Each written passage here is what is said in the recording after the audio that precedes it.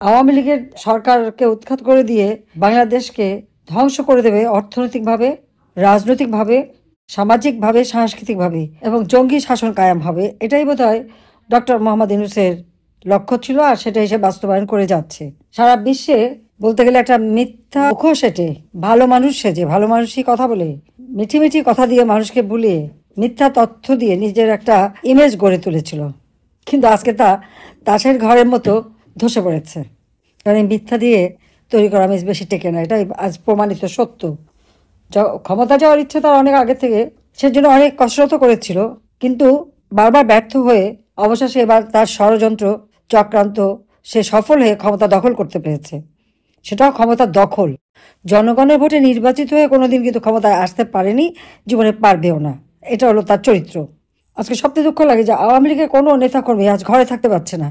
সরকার আসবে কনস্টিটিউশন মোতাবেক নির্বাচনের মাধ্যমে, জনগণের ভোটে নির্বাচিত সরকার হবে, আর এক নির্বাচিত সরকারের কাছেই ক্ষমতা হস্তান্তর করবে। এখানে হস্তান্তর করার সুযোগ দেয়নি, এখানে হত্যাকাণ্ড ঘটাবার চক্রান্ত করেই কিন্তু ক্ষমতা দখল, এবং এই ক্ষমতা দখল করতে যে কত মায়ের কোল খালি করেছে। কিন্তু দোষটা দিয়েছে ইচ্ছাকৃতভাবে আওয়ামী লীগের উপর।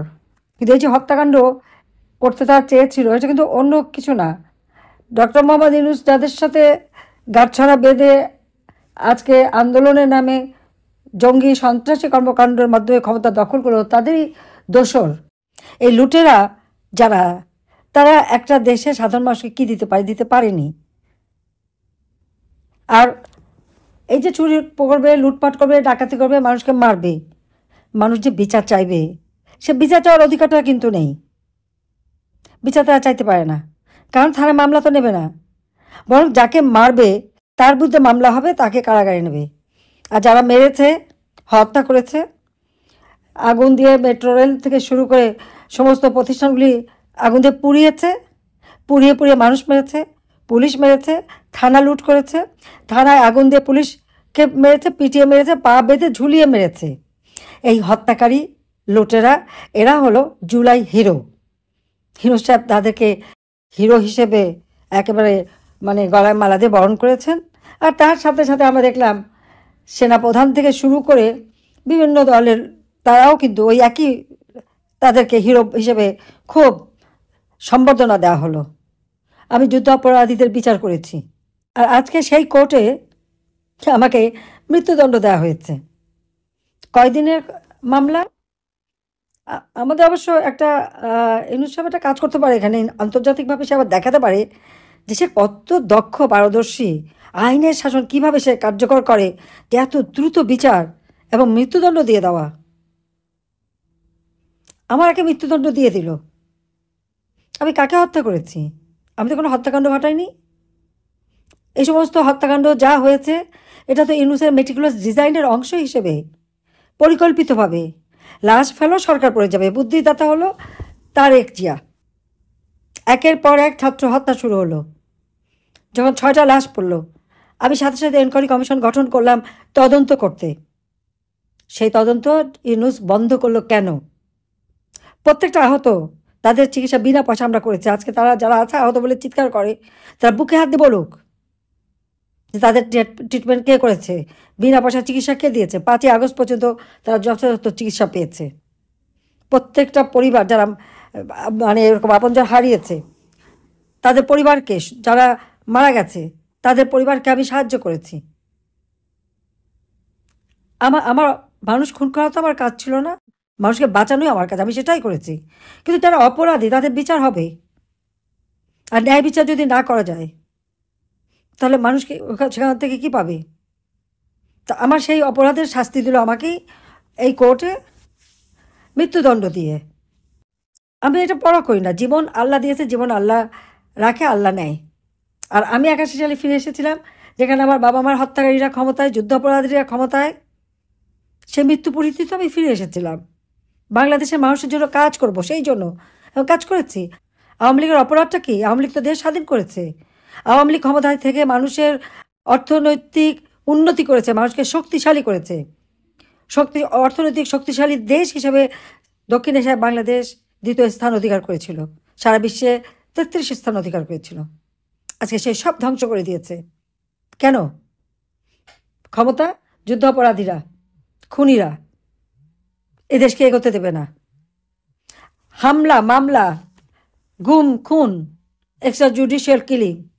ডক্টর মোহাম্মদ ইউনূস তো রেকর্ড সৃষ্টি করেছেন, কিন্তু তার প্রচারের মাধ্যমে আমরাই দোষী। কীরকম দোষী? যারা পুলিশকে হত্যা করলো তাদের কোনো অপরাধ নাই, যারা আওয়ামী লীগ নেতাকর্মী হত্যা করলো তাদের কোনো অপরাধ নাই, হত্যাকারীদের কোনো অপরাধ নাই। যে নির্যাতিত অপরাধ তাদের বিরুদ্ধে মামলা। আজকে এই প্রত্যন্ত অঞ্চলে আমাদের নেতাকর্মী প্রত্যেকের বিরুদ্ধে মামলা দিয়ে হয়রানি করা হচ্ছে। মামলায় তো রেকর্ড করে ফেলেছে ডক্টর মোহাম্মদ ইউনূস। আর বিচারের সময় কি বললো? যারা নিজের মুখে স্বীকার করছে যে তারাই মেট্রো রেলে আগুন দিয়েছে, তারাই সেটা সব দোষ আমার, আমি নাকি আমার সন্ত্রাস বাহিনী দিয়ে করেছি। তারা কি আমার বাহিনী? শিবির লুকিয়েছিল ছাত্রলীগের ভিতরে, টাকা খেয়ে তারা বিক্রি হয়ে গিয়েছিল এবং তারাই এখন বড় বড় কথা বলে। আর ছাত্রলীগকে তারা নিজেরাই বলছে যে তারা এমন সমস্ত ঘটনা ঘটিয়েছে যাতে ছাত্রলীগের ভাবমূর্তি নষ্ট হয়। এটা এখন তারা স্বীকার করে। বাংলাদেশের মানুষ, সাধারণ মানুষ আজকে কষ্ট পাচ্ছে, হাহাকার চারিদিকে। কিন্তু একটা আশ্চর্য ব্যাপার, এই যে এতগুলি মানুষ গুম হয়ে আছে তাদের কোনো খবর নেই। পুলিশ, আওয়ামী লীগ, সাংবাদিক, আইনজীবী, তাদের উপরে যে চরম অত্যাচার এবং তাদেরকে হত্যা করা হলো, এখন মানবাধিকার লঙ্ঘন হয় না? কোথায় গেল সবার বিবেক? এখন নাকি সংবাদপত্র স্বাধীন, সাংবাদিকতা স্বাধীন। তা এত স্বাধীন হলে কথা বলতে পারে না কেন? কেউ যদি বলে সমালোচনা করে, তার ভাগ্য যা জোটে তা তো জোটেই, লাশ হতে হয় অথবা আগুনে পড়বে।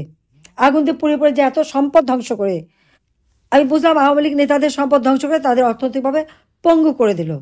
অন্তত 50% লোক তো আমাদের পক্ষে আছে। এই লোকগুলিকে অর্থনৈতিকভাবে পঙ্গু করতে যে আজকে বাংলাদেশের অর্থনীতি যে ধ্বংসের কিনারায় নিয়ে গেছে, সেটা কি ইউনূস বোঝে? আওয়ামী লীগ গণতন্ত্র প্রতিষ্ঠা করেছে, জনগণের ভোটের অধিকার জনগণের হাতে তুলে দিয়েছে।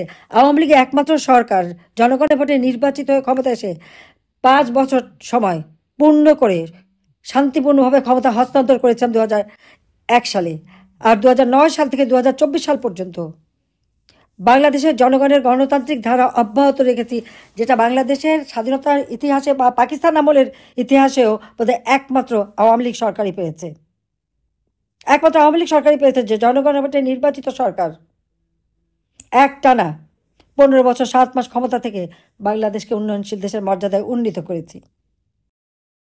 দারিদ্র বিমোচন, হতদরিদ্র একেবারে আমরা মানে কোনো মানুষ ঠিকানাবিহীন থাকবে না। মুজিব বসে এটাই আমাদের প্রতিজ্ঞা ছিল। আমরা আর 2টি মাস সময় পেলে আমরা তা করে ফেলতাম, কিন্তু পারলাম না। একটা চক্রান্ত করে, ষড়যন্ত্র করে, আমি আর রেহানাই তো 25 নম্বরে অবশিষ্ট ছিলাম, কাজে আমাদেরকে হত্যা করে তারা একেবারে রাজত্ব চালাবে। এখন গ্রেনেড হামলা থেকে শুরু করে বারবার আল্লাহ আমাকে বাঁচিয়ে দিয়েছে, বেঁচে আছি। কিন্তু হামলা মামলা তো যথেষ্ট। একটা ভয় ভীতি রাজত্ব কায়েম করে ক্ষমতা টিকে থাকা কতদিন? কাজে এখানে নিজেদের মধ্যে সমস্ত ভেদাভেদ ভুলে যে, আর কেউ যদি দলের বিরুদ্ধে কারো বিরুদ্ধে মামলা টামলা করে থাকে, সেগুলি তুলে নিয়ে সবাইকে কাজ করার সুযোগ দিয়ে সবাইকে ঐক্যবদ্ধ হয়ে মাঠে নামেন এবং সবাইকে প্রতিবাদ করতে হবে। এবং এই ইউনূসকে ক্ষমতা থেকে হটানোর জন্য যা যা করণীয় তাই করতে হবে, সেটাই আমার নির্দেশ। যে এখন আর সময় দেওয়া যায় না, দেশটাকে ধ্বংস। আজকে যখন আমি অর্থনৈতিক অবস্থা দেখলাম যে প্রবৃদ্ধি 3-এর নিচে নেমে গেছে, যখন 6 কোটি মানুষকে দারিদ্র সীমার নিচে নিয়ে চলে গেছে, দিন রাত পরিশ্রম করে করে এই দারিদ্র্যমুক্ত করেছিলাম, 5 কোটি মানুষকে নিম্নবিত্ত থেকে মধ্যবিত্ত তুলে এনেছিলাম, আজকে কেন সেই মানুষ দারিদ্র সীমায় চলে যাবে? এই জবাব তাকে দিতে হবে এবং এর জন্যই তার বিরুদ্ধে সমস্ত আন্দোলন গড়ে তুলতে হবে।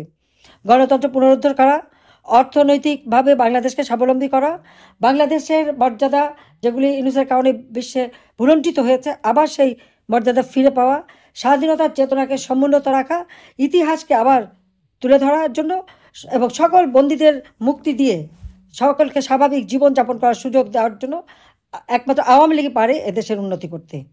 তাই এই সরকার অবৈধ এই জঙ্গিদের হাত থেকে দেশকে মুক্ত করার জন্য যে যেভাবে পারবেন সকলে ঐক্যবদ্ধ হয়ে মাঠে নামেন। সবাইকে ধন্যবাদ। জয় বাংলা, জয় বঙ্গবন্ধু, বাংলাদেশ চিরজীবী হোক। খোদা হাফেজ।